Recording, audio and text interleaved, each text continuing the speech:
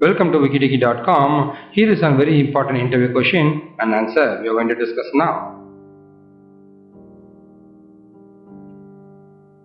My name is Venkat. I am a Microsoft Most Valuable Professional. You are able to see my profile in Microsoft.com. So I got almost 16 international awards. Among that, 9 awards are from Microsoft. Here is the question. What is meant by foreign keys? A foreign key, so considering a database is there, multiple tables are interrelated via a relationship between the tables using the keys. So the key which uniquely identify a data, that's called a primary key, and which is referred in another table, they call it as foreign key. So a foreign key is an attribute or combination of attribute in one base table that points to the candidate key of another table. The purpose of the foreign key is to ensure referential integrity of the data. Only values that are supposed to appear in the database are permitted. So if the course is not there, the student can't join. That's how a foreign key relationship is. You're able to see another example. So artist ID is the primary key. It is made as foreign key here. Generic ID is primary key here. Foreign key made foreign key here.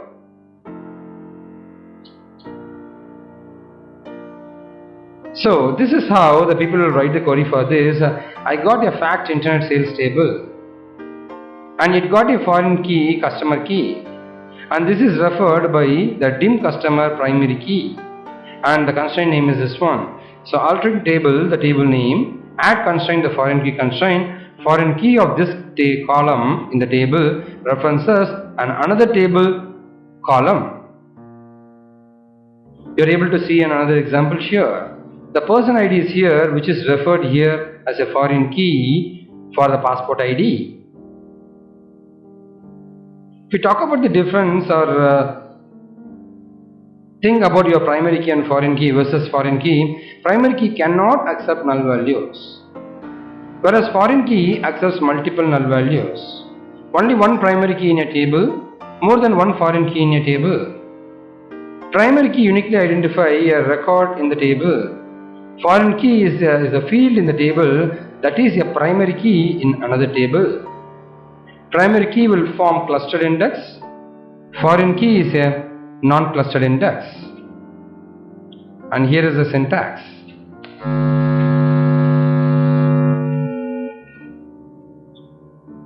Now let's talk about the differences between the preemptive and non-preemptive scheduling. A preemptive scheduling is nothing but, you can see this one. A preemptive scheduling is nothing but I got my process 1 and process 2. Once the process 1 is executed, if the process 2 comes into the picture, automatically there is an interrupt. Switching over to process 2, execute for time. And switch back to process 1, execute. Switch back to process 2, execute. So this is how, this is called a preemptive scheduling. Whereas non-preemptive scheduling is like once the process comes, until it finish, the next process won't start it. You can see it here. T1 is there. So this is the arrival time 0 and this is the execution time 7. Until 7 seconds, considering these are seconds, until 7 seconds the next process is not coming. Since it's the shortest job first, P2, P3 and P4 is there. Which one is shortest job? The one is shortest job which came before itself waiting. So this will be executed P3 and afterwards P1 and P2 both are same, but this guy came first. So P2 is executed and P4 is executed. This is how your non-preemptive scheduling is. So preemptive scheduling by definition allows a process to be interrupted in the midst of its execution, taking the CPU away and allocating it to the another process. Non-preemptive scheduling ensures that a process relinquishes the control of the CPU only when it finishes its current CPU burst. You are able to see, this is your preemptive scheduling.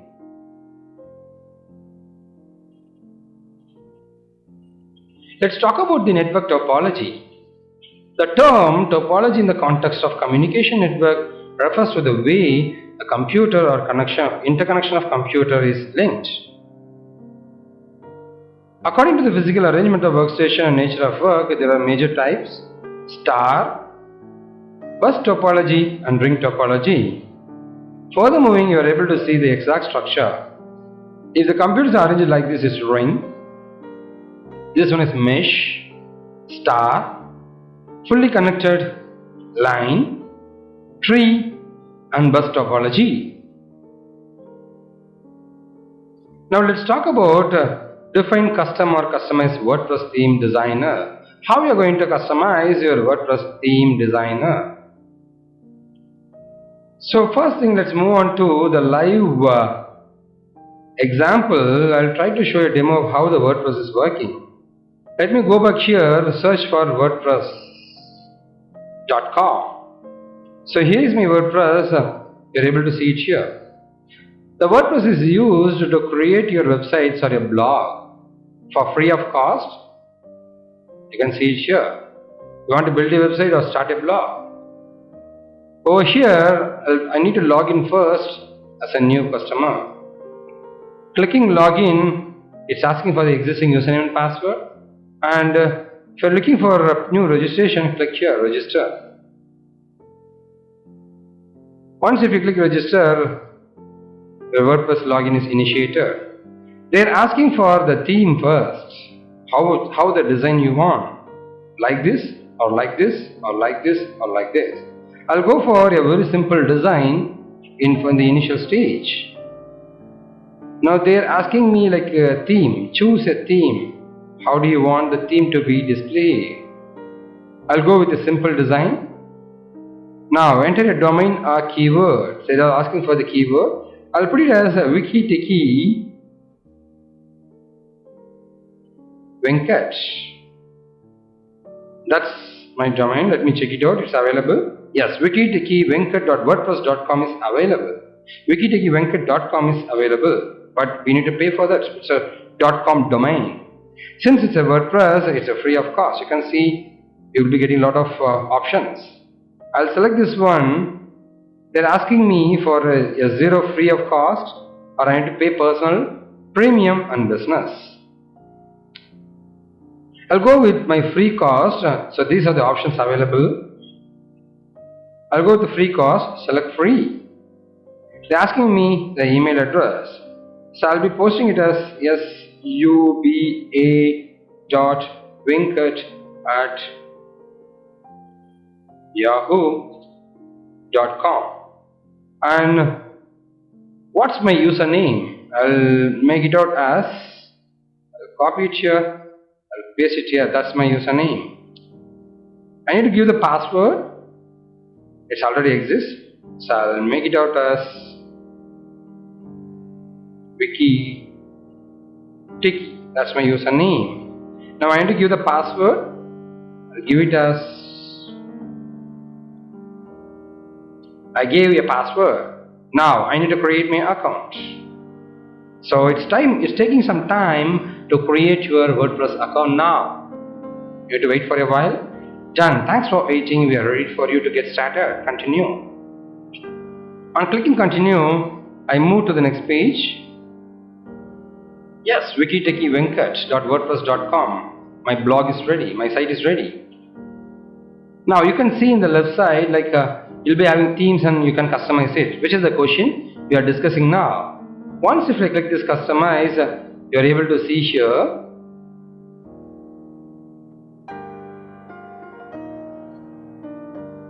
You are able to see here fonts, colors, background, header images, everything you can customize it. I'll take this one, colors and backgrounds. You can see it here. If I want to customize my site, I can customize it. This is how you can customize your WordPress. Or else you can download the theme from your WordPress theme from the site and you can upload it here. That's also another option of designing the entire customized theme for your website. So the answer is like with customized option in WordPress, we can personalize our blogs, look and feel with intelligent color tools, custom fonts and a CSS editor that we can use for more precise control of your site's design. Custom WordPress theme designer tends to allow the user to personalize their websites or blogs in an easier way with a classic look and feel. Let's move on to the next question, the differences between microprocessor and microcontroller. So microprocessors generally require external components to implement program memory, RAM memory and input-output. Here is the example, Intel 80186, 80188 and 80386 are the typical examples of microprocessors. Over here, microcontrollers incorporate program memory, RAM memory and input-output resources internal to the chip. So microprocessor PIC series and Atmel AVR series are typical examples of microcontrollers. One of the main differences in the microprocessor is tend to be designed to perform wider set of general purpose functions. For example, as in the case of digital signal processor, which perform a small set of signal processing functions. Whereas microcontrollers are used to perform a small set of specific instruction or functions. Over here it's general purpose, it's specific. For example, microcontrollers are widely used in modern cars where they will each perform a dedicated task. So microprocessor is nothing but a CPU, whereas microcontroller is a CPU with peripherals and memory. The peripherals will have ports, clock, timers, UARTs, analog to digital converters, LCD drivers, digital to analog converters and many other stuff. Apart from that, the memory, it includes EEPROM, USRAM, EEPROM and flash memory. So a microcontroller has a combination of all these stuffs. In microprocessor, we'll have external RAM, ROM, IO timers and interrupts by externally. Whereas microcontroller, RAM, ROM, IO timer, serial communication, everything is inbuilt in microcontrollers. So microprocessor is used in high-end industrial projects, whereas microcontrollers can be used for low-end projects because processor can be connected by external memory, whereas the controller is fixed memory in some cases, so that we can add external memory also.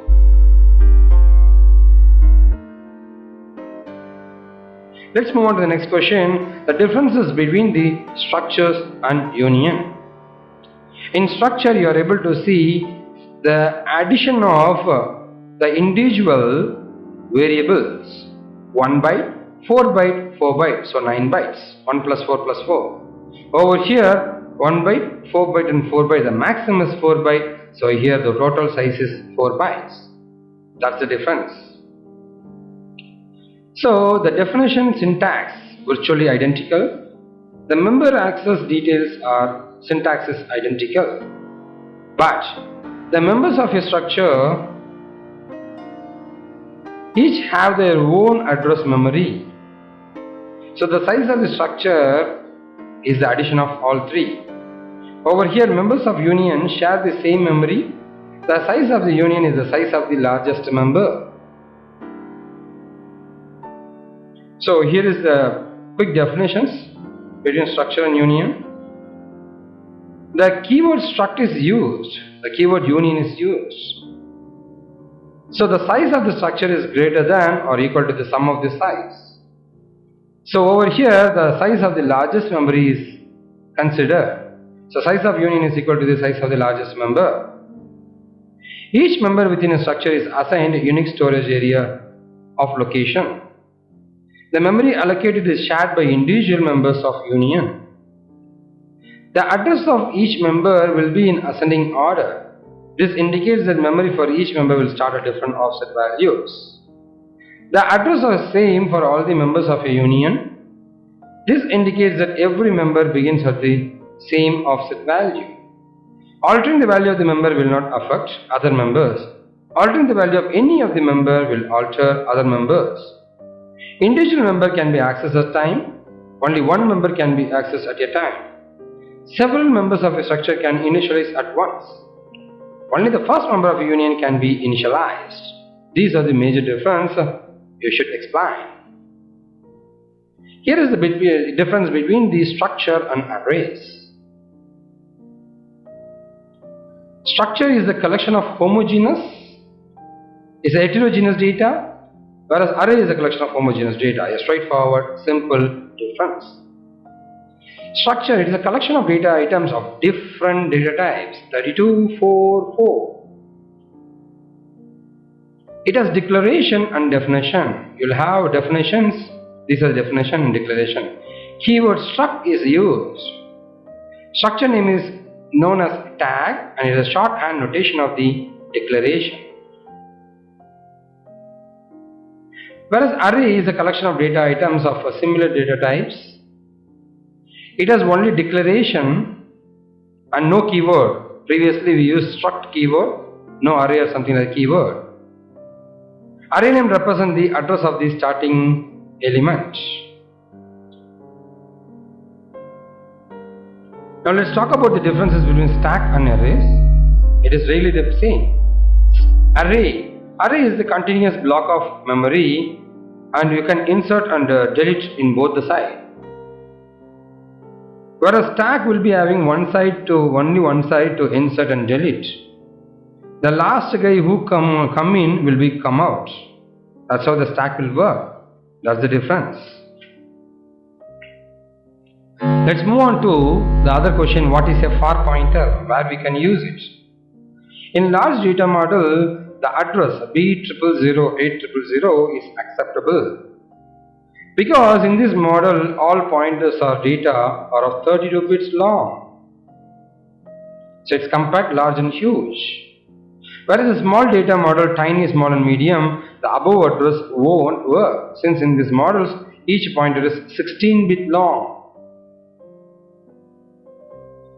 So if you are working with a small data model and want to access the large data model, you'll be using far pointer. From here to access here, you'll be using far pointer. Let's talk about a very important interview question, what is static memory allocation? The compiler allocates memory space for a declared variable. By using the address of operator, the reserved address is obtained and the address is assigned to a pointer variable. This way of assigning pointer value to a pointer variable at compilation time is known as static memory allocation. You can see it here. Here is the variable. Once if the variable is declared, automatically the memory is allocated and rest of the memory is available for the program to execute. Here is a straightforward difference. Performed at static or compile time, over here performed at dynamic or runtime. This is assigned to stack, assigned to heap. The size must be known at a compile time. It will be unknown at compile time. First in, last out. There is no particular order of assignment. It is best if required size of the memory known in advance. Over here, it is best if you don't have idea about how much memory requires.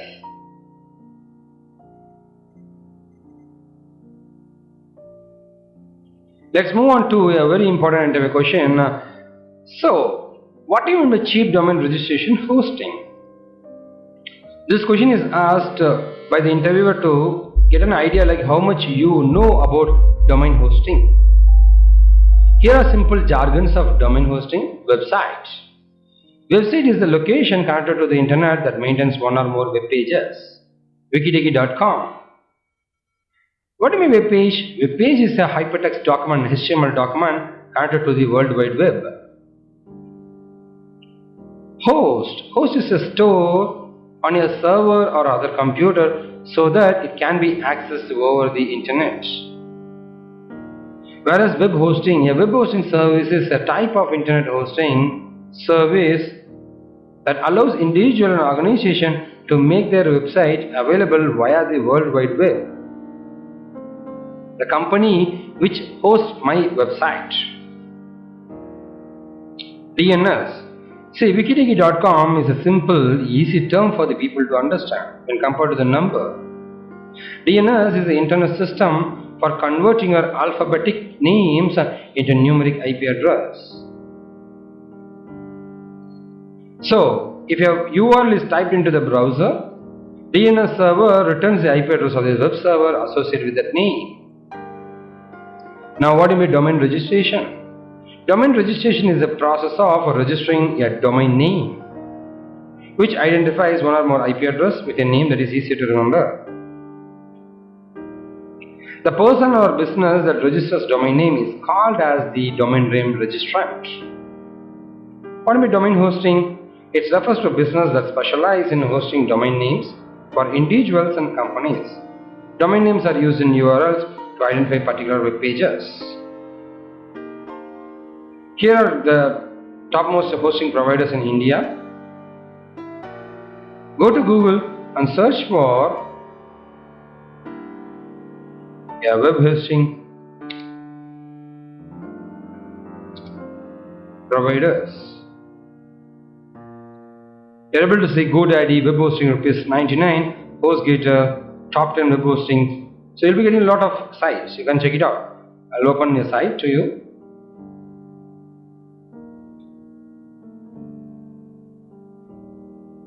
I'm clicking GoDaddy.com. You're able to see whether you want the economy wise route or deluxe or the ultimate. You will be getting a lot of options for that. The storage and everything. So you got a lot of GoDaddy, HostGator, and you got Big Rock, Bluehost, .NET. These are some of the dominating players in India on hosting. How to register the free domains? If you want to register the free domain, the first thing is like what you have to do is like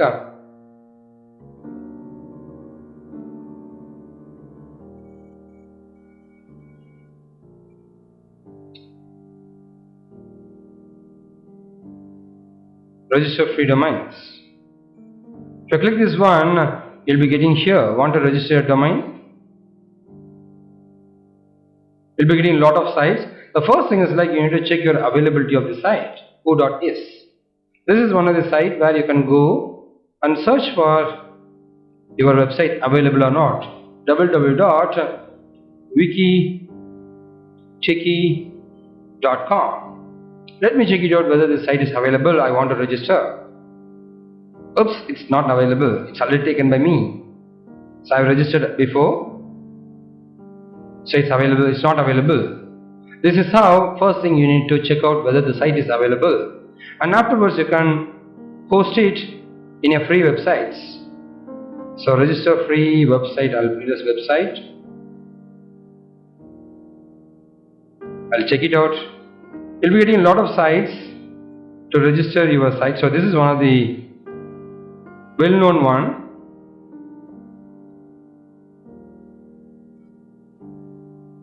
You can see it here. So launch your website with the zero cost. You can see it here. So here is the question: how to register the free domains? Experiment with your chosen domain name and check whether it's available. It is recommended to check out in this website, or who.is is the website. You can use it. Once you have chosen the domain name, namecheap.com, and there are a lot of sites available. You can host it in that websites. And the final step, you have to identify the web hosting providers. There are a lot of free web hosting providers available, like Patterrn.com, Parallite, and liquidweb.com. You can use the sites to register your domain. That's it. Thanks for watching our wikitechie.com videos. If you're looking for more videos, go to youtube.com, search for Wikitechie interview tips. There are lots of company videos. And if you're looking for technology, it's Wikitechie technology tutorials. And if it is school related videos, it's Wikitechie School. Finally, for health and entertainment, it's Wikitechie Health and Entertainment. You can subscribe to our YouTube channel for regular updates. And apart from this, if you have any questions or doubts, you can contact us, or you can post it as a comment in your YouTube channel so that our expert team will answer it. Here is our website, and this is our Facebook details. You can provide your likes and get notifications. And if you're looking for more videos, you can send a WhatsApp message to us to this number. Thank you from wikitechie.com.